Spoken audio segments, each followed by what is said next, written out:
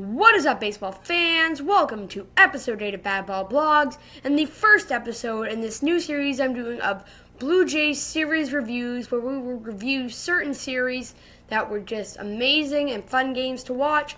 Let's get into the first one, which is, of course, the opening day series between the Cardinals and the Blue Jays. Will go to Thursday, opening day, and something special is Adam Wainwright, the veteran pitcher, sung the U.S. national anthem, which was just, it was great to watch.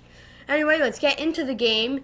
Game 1 was something that took years off my life. I'm not going to lie how stressful it was. Anyway, first thing I have noted here is pitching struggles, where both pitchers only went 3.3 1/3 innings, and they just overall struggled. I believe both of them gave up 5 runs.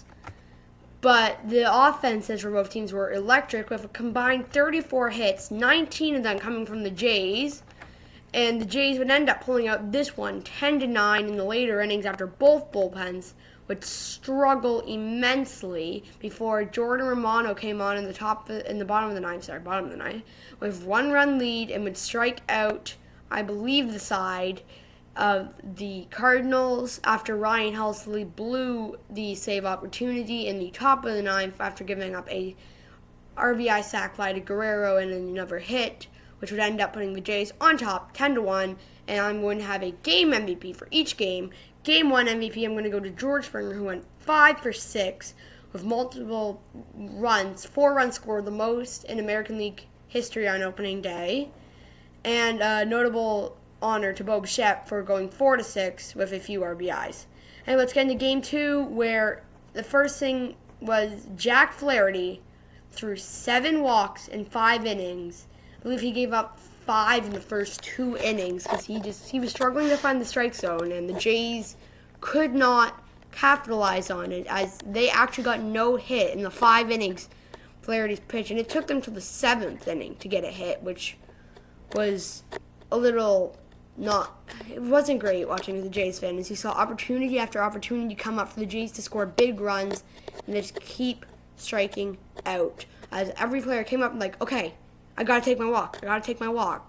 And when Flaherty was putting in the zone, the Jays weren't either swinging or they weren't swinging fast enough to get to the ball, and it was just bad because the Jays offense just went cold. They went from 19 hits on opening day to 3 hits on day 2 to 10 walks, though. They gave up 10 walks, the Cardinals, and the Jays could not score more than a run, which was scored on a wild pitch in the 8th. But Kevin Gausman also went out there through 6 innings, gave up 3 runs, but none earned on a Chapman error, which, in my opinion, ended up costing the Jays the game, as he gave up 3 runs, which ended up leading the Cardinals to a 4-1 win. Ryan Helsley came in and got the 5 last outs of the game, putting him as my game MVP of Game 2. As he pitched great, lowered that ERA, and he had a much better appearance in Game 1.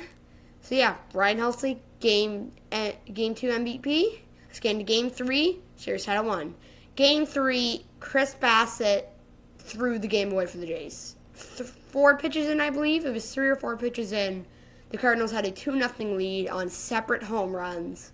After we learned pregame that Bassett would be calling his pitches, I was not on board with that because I honestly thought Danny Jansen should be calling the pitches, as he's not as much as a veteran, but he's called pitches for his career, so I just assumed that he would call pitches. But clear that calling his own pitches may have affected Bassett, but it was by far the worst pitching appearance of the entire series, giving up 9 runs over 3 1/3 innings after being pulled. It was bad, Jays fan, because the bullpen came out there and they were solid. They put up innings, did not let a run in, but it honestly wasn't enough, as Jordan Montgomery gave the Cardinals 5 good innings, only giving up 3 runs.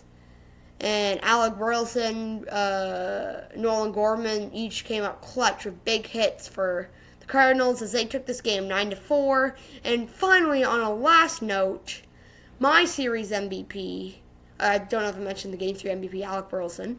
Series MVP Brandon Donovan, who went off in all the games, scoring on every hit he had. He racked up 4 RBIs, 5 runs on 5 hits, 2 of which were home runs, a 375 average, and an OPS plus of 211. And I'm just going to say this now, in 400 plate appearances last year, Brandon Donovan had 7 home runs. He's had 14, he's had 2. I don't know how much he's on to have, but if he keeps swinging like he did against the Jays, then he will be... he's playing at an MVP caliber if he plays like this against the Jays every series. Anyway, thank you for watching. Hope you have a great rest of the day. Go Jays, go. Let's hope they win tonight in Kansas.